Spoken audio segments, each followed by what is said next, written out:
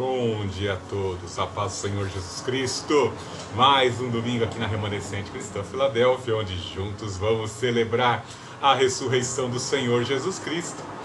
E também a congregação das famílias cristãs, com muita alegria, com muita satisfação, com o sentimento de gratidão em nossos corações. Vamos exaltar, vamos engrandecer, vamos glorificar o Senhor Jesus Cristo, pois o nosso Rei ressuscitou dentre os mortos. Vamos abrir nossas Bíblias em Apocalipse, capítulo 3, do verso 7 em diante. Escreve ao anjo da igreja em Filadélfia, assim diz aquele que é santo, verdadeiro, o que tem a chave de Davi, o que abre e ninguém pode fechar, e o que fecha e ninguém pode abrir. Conheço tuas obras, tenho posto diante de ti uma porta aberta, que ninguém pode fechar. Tens pouca força, mas guardaste a minha palavra e não negaste o meu nome. Farei aos da sinagoga de Satanás, aos que se dizem judeus e não são, mas mentem. Sim, farei que venham adorar prostrados aos teus pés e saibam que eu te amo. Porque deste atenção à minha exortação, à perseverança, eu também te guardarei da hora da provação que virá sobre o mundo inteiro, para pôr à prova os que habitam sobre a terra. Vem sem demora, conserva o que tens para que ninguém tome tua coroa. Farei do vencedor uma coluna no templo do meu Deus, onde jamais sairá. Escreverei nele o nome do meu Deus, o nome da cidade do meu Deus, a nova Jerusalém, que desce do céu da parte do meu Deus, e também o meu novo nome. Quem tem ouvidos ouça o que o Espírito diz às igrejas. Somos tocados pela palavra de Deus nessa manhã no que diz respeito à misericórdia de Deus, à sua graça, à sua força. Quanto mais tentamos muitas vezes pela nossa própria força, somos envergonhados. Às vezes, de tanto exercitar, achamos que temos a capacidade de fazer algo sem a presença de Deus. E aí é o momento em que nós nos decepcionamos. Sem mim, nada podeis fazer. Dependemos da graça e do poder do Espírito Santo para vencer nessa vida. Muitas vezes, tanto conhecimento que a pessoa adquire na vida acadêmica, pelo debruçar-se na dedicação constante da leitura, traz muitas vezes para a vida da pessoa uma certa presunção e a pessoa acha que é autossuficiente. Sem mim nada podeis fazer. Quantas vezes, não muitas, mas já cheguei muitas vezes em púlpitos com uma mensagem preparada, às vezes com aquele desejo de expor toda aquela intelectualidade adquirida com os livros, e de repente, quando a gente chega no púlpito, nós olhamos para a humildade da igreja e aquilo que verdadeiramente a igreja está necessitando ouvir. O Senhor muda por completo a mensagem e traz aquilo que a igreja precisa ouvir e que nós mesmos também precisamos aprender para agradar a Deus. Sem citar nomes, nós vemos aí o escândalo ocorrido esta semana de um grande líder de exortação, sempre do lado extremo exortando, pouca graça, mais exortações, mais correções na mensagem, e de repente nós vemos aí o escândalo, e acredito que também nem os erros desta pessoa estão ali relatados por completo. Só veio até as redes sociais pedir perdão, pois chocou os seus milhares de inscritos e de seguidores, e as coisas vão vir à tona e serão descobertas. Será muito triste, mas eu creio que o cair é do homem, e se este homem está arrependido, no tempo certo ele será levantado novamente, porque Deus fez isso na vida do rei Davi. Deus tinha um propósito, o propósito de Deus transcende aos erros humanos. Nosso Deus sempre escolheu, o próprio Senhor Jesus Cristo é uma amostra disso. Quando ele escolhe os apóstolos, ele escolhe até um. Ele permite que o traidor entre ao grupo, e até mesmo um de seus discípulos mais íntimos seria aquele que negaria ele 3 vezes.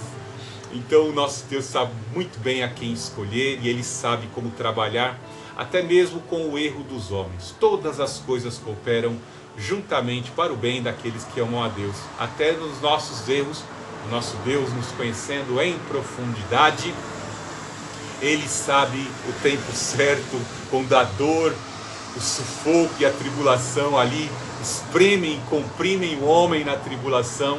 É a hora que aquele homem suplica a graça de Deus, E a graça, como disse e afirmou o apóstolo Paulo no capítulo 13, ela superabunda, faz transbordar, e Deus cumpre o seu propósito. Deus nunca perde uma batalha, principalmente se Ele já colocou o selo, a marca da promessa em tuas vidas, na tua vida. E de forma alguma você será lançado fora, em hipótese alguma você perderá a batalha. O Senhor sempre vence, como pregamos no domingo passado, né? Se Jesus verdadeiramente está na tua embarcação, a embarcação não vai naufragar. O Senhor está conosco. Para viver uma vida que agrada a Deus é muito difícil, né? Porque a nossa carne, a todo instante, todos os dias nós temos que lutar em santificação para agradar a Deus. Não pense que você vai lá no monte, como alguns fazem, vai para um evento, vai para uma consagração e ali você tem um revestimento provisório ou temporário de 1 mês, 2 meses. Não. Aquilo é às vezes para uma semana, porque eu conheço um pregador aí, sem citar nomes, né? Bastou um dia de pregação em consagração, como ele afirmou em púlpito, não passaram-se nem 2 horas, nem passou nem 2 horas, nem 1 hora após ter pregado, ele já abriu a sua boca e falou alguns palavrões, né? Chocando alguns dos membros da igreja que tinham ouvido a sua mensagem, né?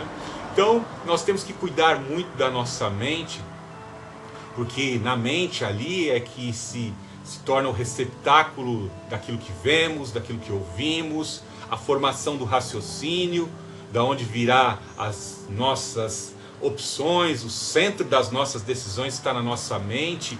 E nós temos que tomar muito cuidado, porque é nessa hora, nesse momento, atuando na nossa mente, a nossa carne, as nossas presunções, as nossas obsessões, a nossa natureza humana pode fluir e pôr a perder o propósito, parte do propósito que Deus tem a concluir em nossa vida. Temos que estar muito atentos e alimentar muito bem a nossa mente. Ler a palavra de Deus todos os dias é essencial. Fazer devocionais, busca pelo poder de Deus para vivenciar a palavra aprendida é muito importante. Buscar o poder de Deus para pôr em prática este aprendizado. Os pastores, eu digo especial, eu falo pela minha vida, todas as semanas, né? Dedique-se à preparação das mensagens. Eu prego aqui no domingo, já na segunda-feira eu já não tenho, é o meu dia de folga, mas eu já começo a fazer os preparativos, já lendo os primeiros livros, os comentários, o texto, né, que eu vou pregar no próximo domingo. Então é uma vida de dedicação, né? Às vezes alguns até brincam comigo: ô pastor, você não viaja? Viaja que não tem dinheiro também, né? Não tem tempo para ficar passeando, que a gente vive dedicado. Nosso dia principal de trabalho é o domingo. E nós vamos ficar passeando? Não convém, né? Sem contar que a gente sente satisfação de estarmos aqui todos os domingos pregando a palavra de Deus. Então, se amamos estar pregando a palavra de Deus, não temos que estar aí em qualquer lugar com a mente dispersa. Voltando ao foco da mente, é muito importante, como eu disse, alimentar a nossa mente, alimentar a nossa vida espiritual, pois a alma, que é o centro das decisões, e o espírito habita, que forma a composição do ser humano que somos nós, estão na nossa mente. No espírito que nos mantém vivo, nós encontramos toda essa noção de ética, e o Espírito de Deus testifica no espírito do homem que somos filhos de Deus. Então o espírito milita contra a carne na nossa mente, ali envolve-se um embate terrível. E temos que alimentar, né? Já fizeram essa ilustração várias vezes em mensagens, e assim nós compreendemos, né? Temos 2 cães brigando dentro de nós. Qual o cão que vai vencer? O cão ao qual você mais alimentar. Se você alimentar a sua carne com entretenimento mundano, com música mundana, com livros ou com qualquer forma de entretenimento pagã, ou humana, você vai ser contaminado, você vai ser propenso à carne, e a propensão para a carne é a morte, como nos diz o apóstolo Paulo na carta aos Gálatas. Mas se você alimentar o espírito pela leitura, pela devoção, pela busca do poder de Deus, você vai cumprir o propósito de Deus e você será mais que vencedor. Cuidando da mente, isso é muito importante. Veja no exemplo do rei Davi. O rei Davi deveria estar combatendo o bom combate, com a sua mente ocupada. Os moabitas resolveram ali dar uma levantadinha e tentaram se exaltar após a morte de um rei moabita, né, que ajudou a Davi no seu período de exílio, né? Seus pais ficaram aos cuidados do rei moabita. Mas lá veio um filho dele, e o filho desse rei moabita resolveu se rebelar. E aí Davi, né, os servos de Davi foram ali humilhados, né, não vou entrar em detalhes, e Davi ali põe seu exército, né, o Joabe, o general Joabe, parte com o exército de Israel para ali deter essa rebelião dos moabitas. E nesse período Davi deveria estar junto, mas ele não estava, estava ocioso em casa. E quando ele estava ocioso em casa, vida ociosa em casa, sem estar em consagração, é um perigo, né? Mente dispersa. Se está vida ociosa, a mente também fica ociosa. E nessa condição de mente ociosa, foi ele ali andando dispersamente, né? Ele ali focou os seus olhos, os seus sentidos focaram ali na mulher que estava se banhando, né? Tomando banho ali naquele horário, né? Dá-se entender que até existe uma certa conspiração por parte da mulher, porque talvez ela olhasse que Davi sempre naquele horário, quando a brisa da tarde ali era bem acessível, ela escolheu o horário para estar se banhando. Suposições aqui, mas uma coisa é bem certa, Davi não poderia fazer isso, tendo ele um harém com belíssimas mulheres, porque ali cobiçar a mulher do seu soldado mais fiel. Então vemos que ele poderia ter dito um basta.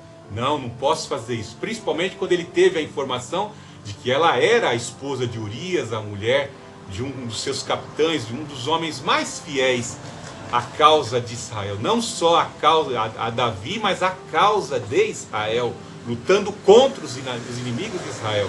E Davi ali cedeu e caiu, né? Concupiscência dos olhos, né? Concupiscência da carne, concupiscência dos olhos e a soberba da vida, né? Davi caiu nesses 3 passos, cedeu a esses 3 passos que levou ele a um terrível juízo. A espada jamais se apartará da tua casa. Então, tendo ciência disso, de que a nossa vida, nós temos que a todo instante, a todo tempo estarmos vigilantes aos nossos sentidos, a tudo que vai ser jogado lá para dentro da nossa mente. Quando as lutas vêm, os solavancos são muito fortes. Os solavancos que vêm quando passamos por momentos difíceis, a perda de alguém querido, até mesmo no ambiente de trabalho, lá um companheiro de trabalho às vezes falece, ocorre a saída daquele companheiro, às vezes um grupo fica todo desestabilizado. Na batalha, né? Na batalha lá quando um grande campeão ali morre, eles não conseguem às vezes avançar numa guerra, né? Aprendi isso lá no filme, né?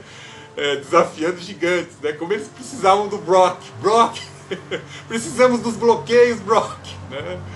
Então é muito importante a gente analisar isso. Alguns solavancos que acontecem às vezes em momentos inesperáveis, se não estivermos com a mente carregada da palavra de Deus, nós podemos ficar abatidos e muitas vezes cedermos às tentações. Jamais, nessa terra, jamais poderemos negar a nós mesmos. Poderemos, em qualquer faixa etária, cedermos às tentações. Desde uma criança que desobedece algo que a mamãe falou para não mexer, como já velhos. Veja que o Davi também, já velho, um espírito de soberba e arrogância, fez com que ele praticasse o recenseamento, confiando na sua estratégia de guerra e não que o Senhor lhe havia prometido: eu vou conceder a confederação de Israel para você governar. Se esqueceu da promessa e caiu já com uma idade elevada, cedeu, praticando ali o recenseamento, e o juízo veio, a peste se alastrou em Israel por conta do pecado de Davi. Então estejamos atentos à nossa mente, vamos estar cuidando bem dela, alimentando a nossa mente com a palavra de Deus. A fé vem pelo ouvir, e o ouvir da palavra de Deus. Quando vier os solavancos da vida, ou às vezes uma enfermidade inesperada, ou a tristeza da frustração, a tristeza e a dor da traição. Veja que o Senhor Jesus Cristo sofreu muito. Foi terrível os momentos desde a traição do Getsemane até a crucificação.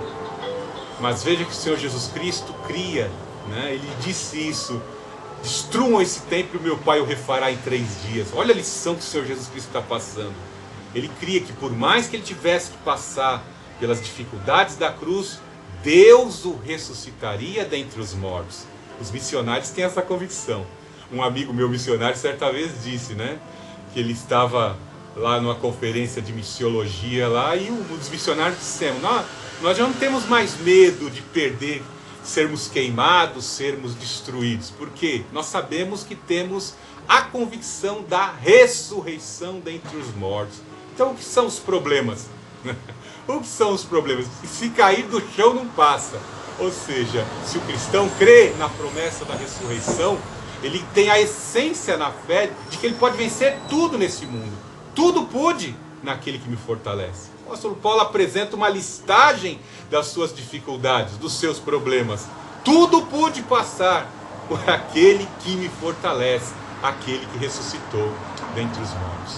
Que essa seja a tua esperança nesse dia. Que o Senhor Jesus Cristo tem todo o poder. Ele é médico dos médicos para curar e sarar.